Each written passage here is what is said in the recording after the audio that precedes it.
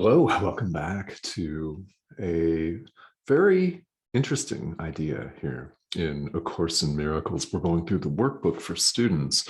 And thank you, as always, for joining me. I'm Tomas Garza, and we've been going through the workbook here for over a year now. It generally takes longer than 365 days. As you may know, there are 365 lessons, which in fact are ideas with some explanation of the idea and some suggestions for practice with review periods and with some really, really interesting takes on what's real and what's not. Nothing more, nothing less, right? I mean, no more messing around, right? You're here at this point, no more fucking around, yeah? We may as well cut right to the chase. Yes? Ready? Good, then you're in the right place. Because A Course in Miracles takes us all the way right to the very heart of the matter and calls it like it sees it, which is the way it is, in fact. So that may be for you, and maybe it's not. If it's not, no problem. No problem. All roads end up in the same place. All spiritual paths have tremendous validity and importance to the person practicing them. So whatever tradition or traditions you are comfortable with, continue on that path. It all leads to the same place, so to speak, which is not a physical destination at all. It's not like we have a 3D map, right? And we go out and drive 27 miles to the next town or anything like that. Everything's taking place inside. And today's idea that we'll cover here in this video series will go a long way toward explaining some of that. So recall here, we've arrived at lesson 312 in the workbook for students, and we're talking about the overarching question. What is the last judgment? Well, the last judgment is that God's Son is guiltless. God's Son is just as he was created by God himself, has remained unchanged forever. And that means will remain unchanged forever. So what that does, in fact, mean is that on the spiritual path, we're clearing the blockages to our awareness of who we are. The Course puts it, we're clearing our blockages to the awareness of love's presence, which is who and what we are. Nothing else, nothing else. Nothing else is even real. So let's delve into lesson 312 here, because this is very, very helpful from a metaphysical standpoint, from the attempt that many course students go through. In fact, everyone goes through it at some point. If you're serious about studying A Course in Miracles, there are some moments of grappling, so to speak, or attempting to understand what Jesus is actually saying. Well, it's very interesting because it's important to have an idea what's being said, but that is by far not as important as putting it into practice and learning it and knowing it from your direct experience of it. The intellectual understanding is one thing, and practical application experience is quite another. It's quite another. So what you may have discovered here, and that you see the more time you spend with this course, is that each time you go through it, it's very different, isn't it? Now, it's you that are different. It's not the material itself Still says the same thing it always did, but you have had different experiences. You are more loving, you're more forgiving. You see things the second time through or the 27th time through.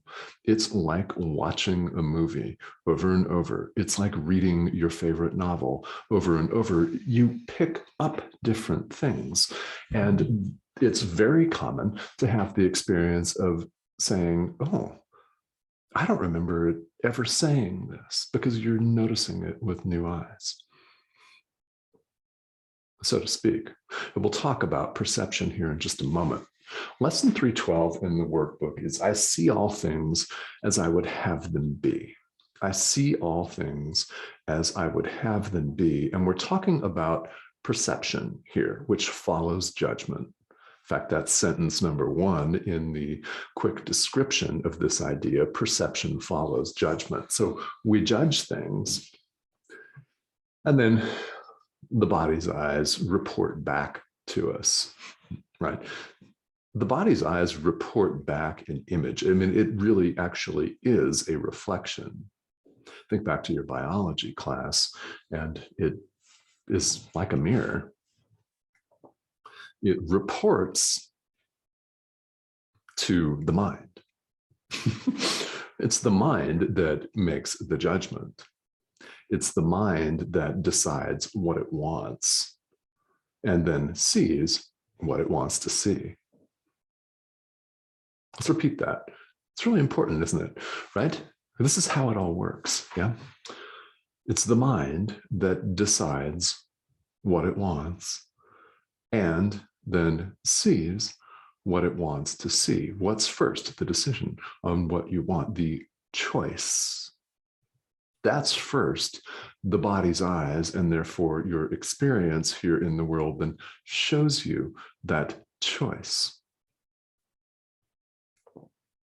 This is how it operates. If you're familiar with manifestation techniques, that's how they operate. Now, as I have said on this series of videos, I'll say again, there's nothing wrong with anything like that. If you want to manifest a brand new yacht, hot, sexy lover for this weekend, then do it, right? No problem. Yeah.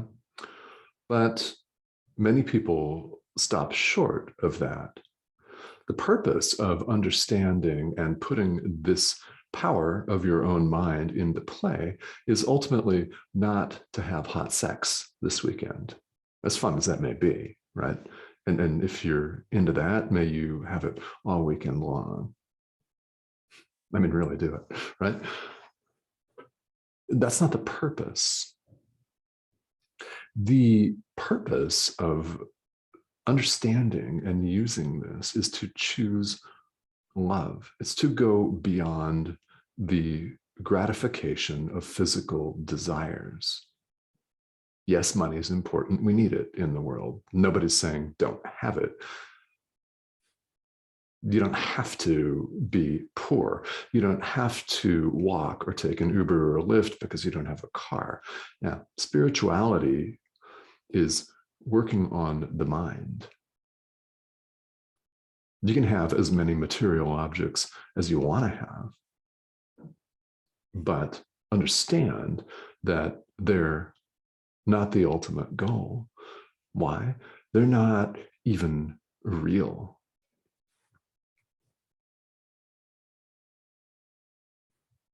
So you can see all of this with the body's eyes, but just don't be fooled into thinking that that's the goal or tangible reality. Let's go back to perception following judgment. We have a choice. We have a choice as to which teacher we follow. There are not millions of options. There appear to be, but we have a choice between love or fear, between God or the ego. You can characterize this however you want, between your light and your dark. That's a really interesting and very important characterization. Self with a capital S, little self, lowercase s, ego. Yeah. You can choose life or death. That's the choice. When you make the choice, you see what you want to see out of the intensity of the mind's desire for that.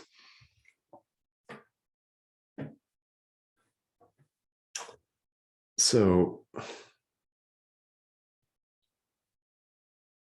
I invite you, as always, to choose love. What happens when you choose the Holy Spirit as your teacher, or Jesus, or your guide or guides, right? A Course in Miracles is universal. It is one manifestation, just one, of what it calls the universal curriculum. So all roads lead to the same place. They're all equally valid. Some people are meant to walk down one road, you're meant to walk down another. So to speak, of course, because we're not actually going anywhere at all. The Course invites you over and over to choose the Holy Spirit's way of seeing. It invites us over and over again to ask our inner teacher to judge for us, to tell us what everything is for. We're encouraged to adopt the Holy Spirit's purpose for everything we see. It's all of it. All appearances are an opportunity for us to awaken. Each and every one, it's an opportunity to forgive or to give thanks, of course. Right? It's an opportunity to extend love. We're invited, again, in A Course in Miracles, in many places, in the workbook, in the text, and so on, to seek the peace of God and nothing else, to want the peace of God and nothing else. The mind is powerful. When you want that, what will you see? Yeah, you got it. Everything that appears to transpire out there is an aid for you on a silver platter to help you take the Holy Spirit's purpose as your purpose. Choose to see love. Seek only the peace of God and allow this to permeate your being. And when that is what you want to see, that's what you see. This is why these manifestation techniques do, in fact, work. If you want to see a red hot, sexy lover, then of course that person is going to show up in your experience. Same principle operates with a different goal in mind. If you want the peace of God, guess what shows up in your experience? Without fail.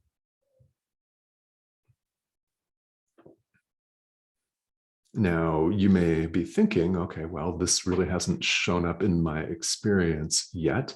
It's all right, right? The Course assures us that the function of time is for us to make these decisions.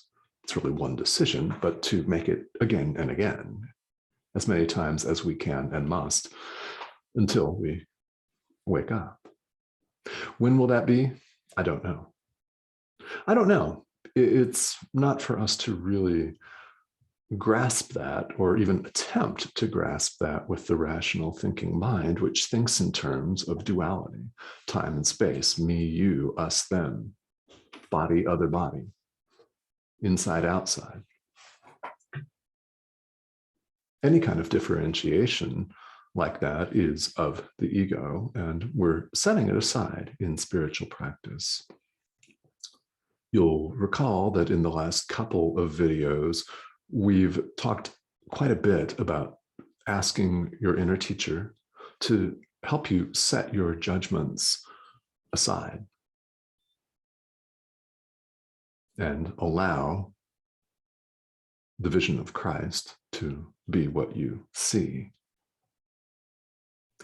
What you want to see matters.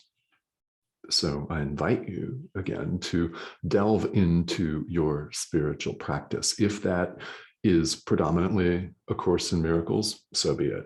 If it's predominantly something else, so be it, right?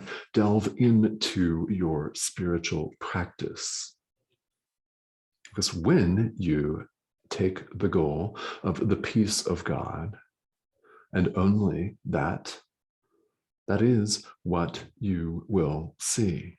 When, I don't know. Make the decision that that's what you want right now. And then in the next moment, make that decision again. Why? Because in time here in the world, we do fall back to our very strong habitual tendencies and our conditioning by society, by our parents, by our teachers at school, right? By different groups that we belong to, right? We do.